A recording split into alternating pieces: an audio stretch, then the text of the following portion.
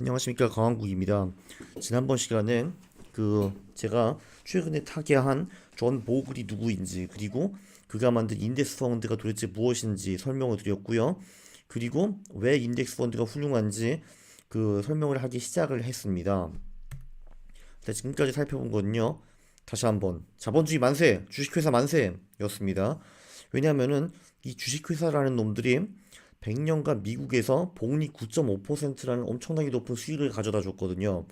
그리고 이제 보글의 결론은 그 9.5%를 그냥 통으로 버는 방법이 무엇일까 고민을 하다가 종목 선정 따위 고민하지 말고 그냥 통으로 그 시장을 다 사가지고 모든 주식을 사가지고 9.5%를 먹자라는 거였습니다. 대부분 사람들은 그러면 혹시 펀드들은 주가 지수보다 더 높은 수익을 낼 수 있지 않을까? 좋은 주식을 뽑아줄 수 있지 않을까? 라고 생각을 할 텐데, 근데 문제는 펀드는 비용이 너무 높다. 그리고 펀드들의 수익이 뭐 그렇게 뛰어나지 않다. 이런 내용이었습니다.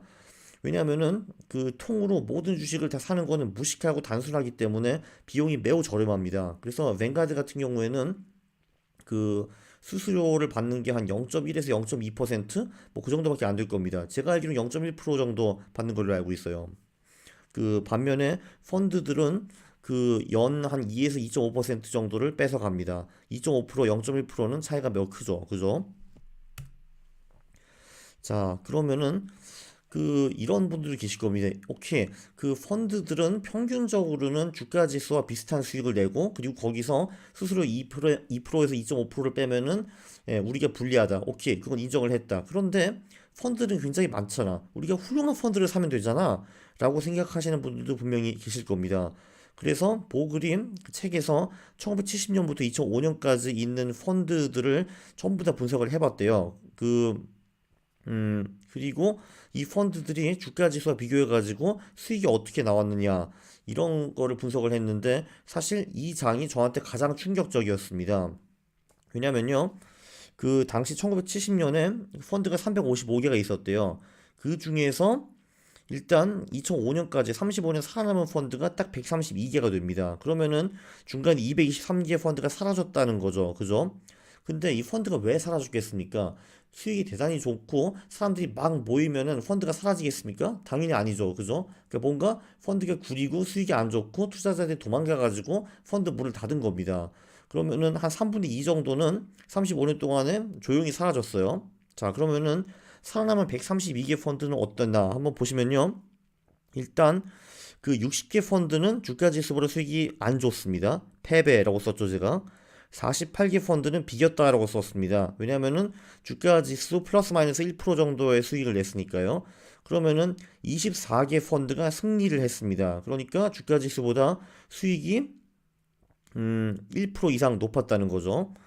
자, 그러면은 펀드 355개 중에서 주가 지수보다 수익이 1% 높은 1% 이상 높은 펀드가 24개, 단 6.7%밖에 안 됐다라는 겁니다. 매우 충격적인 지표인데 여기서 끝이 아닙니다. 아이고.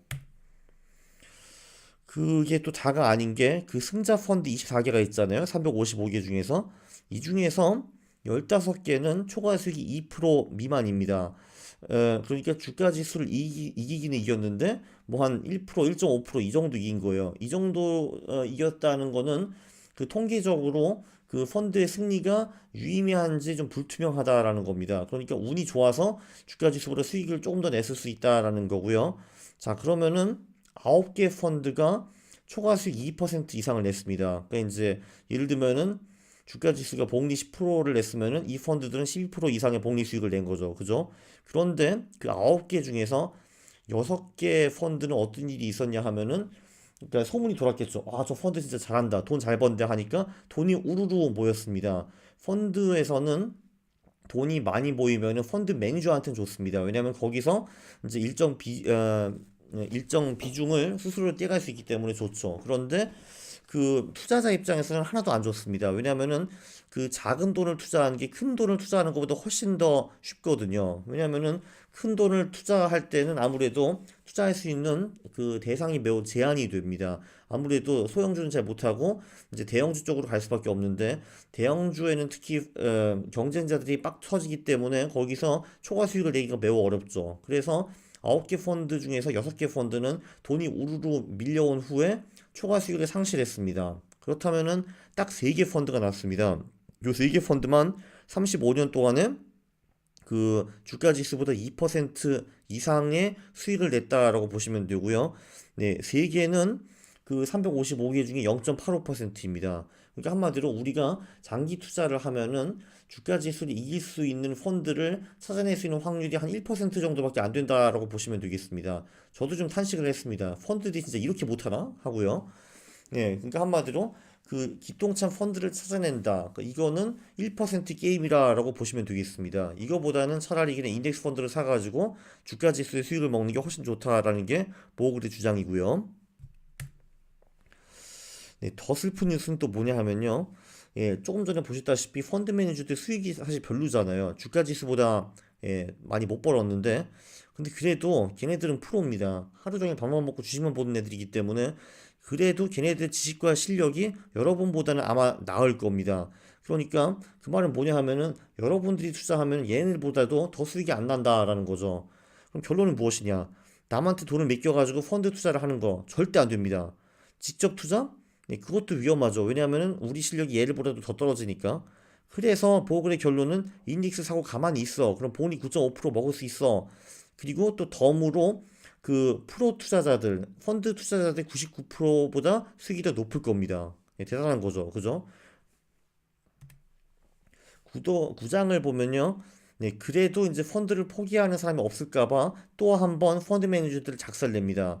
이게 뭐냐면은, 그래, 그러면은 신동 매니저들을 찾아가 투자하면 되지, 라고 생각하시는 분들이 분명히 있을 겁니다. 여기 그 1996년부터 99년까지 가장 잘 나갔던 10개 펀드를 리스트업했어요. 얘네들이 3년 동안에 그 평균 수익이 279%가 났는데, 자, 얘네들이 1990년부터 2002년의 수익을 보면요, 처참했습니다. 그 1등을 했던 라이덱스라는 펀드는 마이너스 75%, 그리고 뭐 2등이었던 LS 이머징 그로스는 마이너스 67% 이런 식으로 그 96년부터 99년까지 3년 동안 잘 나갔던 펀드들이 그 후 3년 동안에는 화려하게 박살났습니다. 근데 이게 우연히 96년, 99년만 끄집어낸 거라고 볼 수도 있는데 그렇지 않은 게 다음 페이지에 보시면요. 그 이 양반이 이거를 1980년대부터 2000년대 중반까지 다 한번 돌려봤습니다. 이게 뭐냐 하면은 그 해 그 톱 20 펀드를 얘가 찾아냈어요. 그러니까 한마디로 수익률이 가장 높았던 20개 펀드, 그러니까 소위 상위 1%의 펀드를 찾아내고 걔네들이 그 다음 해 수익이 어땠는가를 살펴봤습니다. 그 다음 해 그 이 톱 20 그 펀드의 수익은 한 상위 42에서 43%이 정도 나왔습니다. 그래서 평균보다 조금 낮긴 했는데 별로 좋은 게 없었다라는 것이 결론이었습니다. 그러니까 그 올해 기똥차게 자란 펀드가 내년에 자랄 가능성이 어떤가라고 보면은 네, 그다지 높지 않다. 그냥 평균보다 조금 나을까 말까 이 정도의 수준이라고 합니다. 근데 문제는 또 이거죠. 그 평균 펀드는 주가 지수보다 훨씬 떨어진다는 거죠. 그래서 상위 42, 43% 들어가 봤자 주가 지수보다 수익이 낮다. 더 낮다라는 겁니다. 그러면은 아직도 포기 안 하신 분들이 있을 거예요. 그래, 나는 펀드를 그 찾을 그런 능력이 없어. 나는 좋은 펀드, 나쁜 펀드를 구분을 못 하겠어. 오케이, 전문가한테 시키면 어떨까라고 했는데요. 되게 웃긴 거는 조금 전에 제가 그 비교 드린 게 있었죠. 아, 조금 전이라 전 영상에서요. 거기서 뭐가 있었냐면은 최근 25년 동안은 S&P 수익률은 복리 12%, 그리고 펀드의 그 평균 수익률은 10%, 그리고 펀드 투자자들의 수익률은 복리 7%라고 했죠. 그래서 S&P 수익과 펀드 투자자들의 수익은 매우 큰 차이가 난다라고 했는데 되게 웃긴 거는 전문가가 추천하는 펀드를 그 사면은 그냥 펀드 투자자를 보다도 수익이 또 3.7%더 났습니다. 그러니까 진짜 복리 수익이 3% 4%밖에 안 나오는 거예요. 그리고 뉴욕타임즈에서 1993년부터 2000년까지 소위 펀드 최고 전문가라는 사람들한테 펀드를 추천하게 만들었습니다. 한 달에 한 번씩. 네, 그래서 그거를 주가 지수랑 배틀을 해봤는데, 네, 보시면은, 뭐, 에리 코브렌이라는 사람이 그 5명 중에서 그래도 그나마 가장 잘했네요. 그, 이게 5만 불로 시작했나? 그랬는데 5만 불이 10만 5천 불이 됐습니다. 어쨌든 돈은 벌었는데, 그리고 그 뭐 다음 사람은 좀 더 못하고 어쩌고 저쩌고 했는데 그 평균적으로 그 5만 불이 8만 8천 불이 됐습니다. 이 5명의 전문가가 추천하는 펀드를 샀으면은. 그런데 문제는 뭐냐? 주가 지수는 5만 불이 14만 8천 불이 되었다 이겁니다. 네. 한마디로 이 전문가들도 제대로 된 펀드를 고르는 스킬이 전혀 없다라고 보시면 되고, 주가 지수를 이길 스킬도 없다라고 보시면 되겠습니다. 예, 12장에도 굉장히 흥미로운 그래프가 하나 나왔어요. 요거는 뭐냐 하면은 그 보글이 몬테칼로 시뮬레이션을 한번 돌려봤습니다. 그 인덱스 펀드는 그 총 비용이 뭐 연 0.2% 정도로 좀 보수적으로 높게 측정을 했고, 그리고 그러니까 기타 펀드들의 그 수수료는 연 2%, 원래는 2.5% 정도인데 좀 그 리버럴하게, 그러니까 실제보다도 더 수수료가 적은 것으로 그 측정을 했는데요. 이렇게 시뮬레이션을 돌려보니까 그 1년 단위를 볼 때 보통 펀드가 인덱스 펀드한테 이길 확률은 29%, 그리고 10년을 돌리면은 펀드가 인덱스 펀드한테 이길 확률이 9%, 그리고 그 25년, 50년을 돌리면은 보통 펀드들이 인덱스 펀드한테 이길 확률이 뭐 5%, 2%로 떨어진다라고 주장을 하는데, 놀랍게도 그 요 지표들이 그 실제 그 지표와 사실 매우 비슷합니다. 그 실제로 1년 단위로 봐가지고 주가 지수를 이기는 펀드들이 한 30% 정도가 됩니다. 물론 이제 그거보다 좀 더 높은 애도 있고 낮은 애도 있는데 평균 한 그 정도 나오는 것 같아요. 30% 정도. 그리고 10년 단위로 보면은 그 주가 지수보다 높은 수익을 내는 펀드들이 한 총 전체 펀드에서 한 10%이 정도 나오는 것 같습니다. 그 16장에 보면은 이제 보글이 책을 정리하면서 이제 보글의 7계명을 발표를 합니다. 1번은 뭐냐 하면은, 예, 주식 수익은 기업들이 실제로 벌어들인 수익이다. 그러니까 한마디로 자본주의에서는 기업들이 뼈빠지게 뛰어다니면서 이제 돈을 버는 거죠. 그리고 그 수익을 주주들과 같이 나누는 겁니다. 그래서 주식 수익은 배당 수익 플러스 이익 성장이라고 보시면 되고요. 네, 이계명은 단기적으로는 주식시장에서 투기성이 매우 높습니다. 그래서 전혀 이익과 배당과 관계없이 주식이 들쭉날쭉하는 것 같은데, 장기적으로는 그 중요한 거는 배당 수익, 이익 성장 이 두 개밖에 없고, 그 나머지는 중요하지 않습니다. 이 투기적인 그 요소는 장기적으로 투자하면 거의 사라집니다. 그래서 그 보글이 강조하는 거는 그 수익은 그 사고 팔고 거래해서 오는 게 아니라 보유를 해서 온다라고 명언을 남겼습니다. 네, 그리고 3계명은 개별 종목 예측은 매우 어렵습니다. 그러니까 주가 지수보다 수익이 더 많은 그런 주식들을 우리는 다 사고 싶지만 실제로 그렇게 하기 어렵다라는 게 결론이고, 그렇기 때문에 그냥 시장에 있는 주식을 다 사라 다 한 겁니다. 그래서 인덱스 펀드를 만든 거고요. 4계명, 그 모든 투자자들이 버는 수익은 주가지수 수익과 동일하다. 네, 뭐 당연하죠. 왜냐하면 투자자들이 당연히 주식 수익을 벌 테니까요. 그죠? 근데 5번이 뭐냐면은 거기서 비용을 빼야 됩니다. 그 예를 들면은 주가지수 수익이 복리 10%다 하는데, 네, 그 비용이 0.2%면은 우리는 9.8%는 먹을 수 있는 거고, 비용이 3%면은 우리는 복리 7%밖에 못 먹는 겁니다.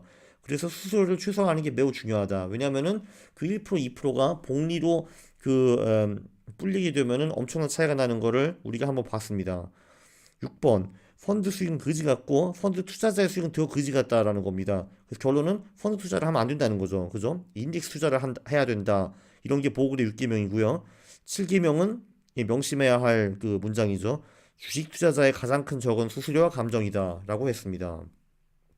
네, 그러면은 이 책 요약은 대충 맞췄는데요. 아, 아니구나. 죄송합니다. 그 또 보글이 그럼 자산 배분은 어떻게 해야 되나라는 거에 대해서도 한마디 남겼는데요. 일단 기본적으로 이 양반은 주식과 채권에 투자할 거를 권합니다. 그리고 주식 배중은 100 마이너스 나이라고 했는데, 예를 들면 제가 30살이면은 100 마이너스 30, 그러니까 주식시장에 70%, 채권에 30% 투자하라 이런 내용이고, 제가 이제 60살이면은 100 마이너스 60, 주식 비중 40%, 채권 비중 60% 이런 거를 주장을 합니다. 그리고 이 양반은 그 당연히 다 그 인덱스 펀드에 투자하는 거를 권하는데, 그 미국과 국제 시장이 있으면은 뭐 국제 시장 투자해도 돼. 그런데 비중은 20% 넘지 마. 이렇게 하는데 그건 솔직히 제가 잘 이해가 안 됩니다. 왜냐면은 사실 그 미국 시장이 제가 알기로는 전 세계 비중이 한 뭐 40%이 정도로 알고 있거든요. 그러면 한 40%는 미국이 투자하고, 뭐 그 다음이 뭐 제가 알기로는 어디더라? 뭐 일본, 영국, 독일, 뭐 이런 데 아니겠습니까? 그것도 다 시가총액과 비례해가지고 투자하는 게 맞지 않은가? 라고 저는 생각을 하는데 보글의 생각은 좀 다른가 봅니다. 3번. 당연히 주식은 전부 다 인덱스로 이제 하는 건데, 이 양반도 요즘 뭐, 저 PBR주, 그러니까 소위 저평가된 주식들, 소형주가 수익이 높다, 이런 말을 좀 들어봤습니다. 그래서 존 보글은, 뭐 그런 게 진짜 수익이 높은지 잘 모르겠는데, 니네들이 원하면 한번 해봐라. 그거에도, 뭐 그럼 저 일본 투자를 하지 뭐, 이런 식으로 말을 했고요. 그리고 채권은 당연히 또 다 인덱스 펀드로 투자를 하는데, 주로 5에서 10년, 10개년, 그러니까 중기 채권을 권했고요. 그런데 뭐 중기 채권을 100%할 필요는 있느냐? 뭐 일부는 장기 채권, 그러니까 20년, 30년째, 그리고 단기 채권, 뭐 1년에서 5년째 이런 것도 섞어서 투자를 하라라고 조언을 했습니다. 네, 그러면은 지금까지는 보글님의 말씀이었고요. 이제 강원국의 말이 옵니다. 음, 일단 이 보글 투자의 장점은 엄청나게 큽니다. 왜냐면은 저는 사실 지금까지 그 투자는 취미라고 생각을 했거든요. 왜냐면 제가 투자에 재미를 붙이고 하니까 이제 제 취미 생활이기도 합니다. 그런데 이제 조만간 이제 100세 시대가 오고 이제 우리 연금 특히 이제 국가에서 받아먹을 수 있는 거는 별로 없기 때문에 누구나 다 투자자가 돼가지고 이제 노동 수입이 없이 한 2, 30년은 먹고 살아야 되거든요. 그래서 그 100세 시대 투자는 선택이 아니라 필수입니다. 자, 그럼 어떻게 투자해야 되냐? 이게 중요한 건데 그 모든 사람들이 결국 투자를 해야 되는데 그를 중 99%한테는 이 보글의 방법이 맞다라고 저는 생각을 합니다.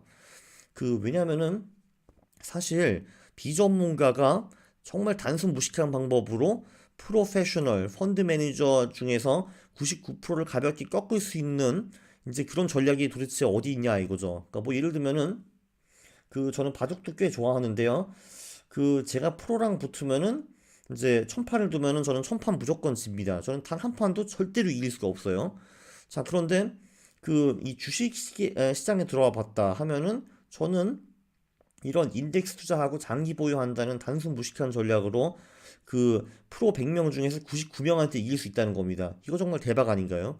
그리고 이런 거를 그러니까 전문 투자자가 아닌 아마추어 투자자들이 할 수 있는 그런 수단을 만들어 준 존 보글이 정말 존경하실 분이다 이겁니다. 이 인덱스 펀드가 없었더라면은 그렇게 쉽게 주식 시장에 있는 모든 주식을 통으로 산다는 게 그렇게 쉽지가 않았겠죠. 그런데 이제 아마추어 투자자들이 손쉽게 인덱스 펀드를 통해서 이렇게 투자를 할 수 있게 됐고, 그리고 뭐 연평균 복리 수익 뭐 8에서 10% 정도를 내고, 그리고 펀드 매니저들을 전부 다 밟아버릴 수 있는 겁니다. 이렇게 그렇기 때문에 인덱스 펀드라는 게 바퀴 알파벳 인쇄 기술과 버금가는 발명이다라고 이제 칭송을 받는 거죠. 그죠? 그리고 그래서 버핏이 보글의 동상을 세워야 된다라고 말을 하는 겁니다. 그런데 인덱스 투자도 분명히 그러니까 인덱스 투자 플러스 장기 보유도 단점이 있습니다. 그게 뭐냐 하면은 아무리 인덱스 투자를 한다 하더라도 리스크가 없느냐? 그건 아닙니다. 지난번에 100년 그래프 보셨죠? 100년 그래프를 보면은 주식이 꾸준히 우상향 한다는 거를 볼 수가 있습니다. 이제 그거는 매우 좋은데 단기적으로는 주가 지수도 50%에서 80% 정도 까일 수 있습니다. 뭐 예를 들어 보자면은 미국만 해도 2008년에 주가 지수가 50% 하락을 했고요. 그리고 1930년대에는 주가 지수가 80% 이상 떨어진 적도 있습니다. 제가 알기로는 당시 다우존스가 300을 넘었다가 이제 40점까지 떨어진 적이 있거든요. 그리고 한국 같은 경우에도 IMF 때는 주가 지수 커스피가 75% 하락을 했습니다. 그리고 제가 여기서 약속을 드리는데 이런 날, 그러니까 한마디로 주가 지수가 50% 빠지는 날은 필히 다시 올 것을 제가 이 자리에서 약속을 드립니다. 네. 물론 제가 못 지키면은 저한테 오지 마세요. 그런데 저는 주가 지수가 50% 이상 떨어질 확률이 제가 죽기 전에 99% 이상이라고 저는 생각을 합니다. 그런데 제가 이제 다른 동영상에서 설명을 해드릴 건데 인덱스 투자하는 거는 좋은데 장기 보유보다 몇 가지 마켓 타이밍 기법을 넣으면은 수익은 유지가 되고 그리고 손실은 획기적으로 축소할 수 있다는 것도 제가 요번에 약속을 드립니다. 그러니까 한마디로 주가 지수에 투자를 하면은 장기적으로 8에서 10% 버는 거는 맞는데 일시적으로 50에서 80%의 어마어마한 손실도 감당을 해야 된다라는 것인데, 근데 제가 나중에 소개해드릴 기법을 따르면은 50에서 80% 절대 안 잃습니다. 예, 그 잃는 폭을 10에서 20% 정도로 줄일 수 있고 그런 방법이 분명히 있습니다. 그리고 또 하나는 종목 선정을 통해서도 시장보다 더 많이 오르는 주식을 살 수가 있습니다. 제가 압니다. 제가 그거 10년 이상 해봤거든요. 그리고 주가 지수를 제가 이겼거든요. 그래서 그게 가능하다는 걸 압니다. 그리고 저 같은 경우는 이제 인덱스 사가지고 평균 수익을, 그러니까 시장의 평균 수익을 먹는 것보다는 시장을 깨는 길을 찾는 거, 그러니까 한마디로 시장보다 초과 수익을 내는 그런 방법과 길과 전략을 찾아내는 게 제 취미이자 제 인생의 가장 큰 즐거움이기도 합니다. 그래서 저는 아무래도 인덱스 투자하는 것보다는 계속 이런 길을 찾을 것 같습니다. 그러나 그 이렇게 하실 수 있는 분들은 전체 투자자들 1%가 안 된다라는 겁니다. 그래서 전체 투자자 중에서 99%는 보글이 추천한 것처럼 그냥 주가 지수를 사는 그런 인덱스 펀드를 사가지고 딱 잊어버리고 몇십 년 후에 딱 오면은 내 돈이 10배가 됐네, 50배가 됐네, 기뻐하시면은 그게 최고다라는 겁니다. 그래서 이 보글과 이 보글의 투자 전략, 이거는 매우 매우 중요한 전략이고요. 특히 여러분이 초보자이고 더 이상 주식을 배우고 싶은 마음이 없으시면은 이 보글의 전략을 그냥 따라하는 것도 저는 추천해 드립니다.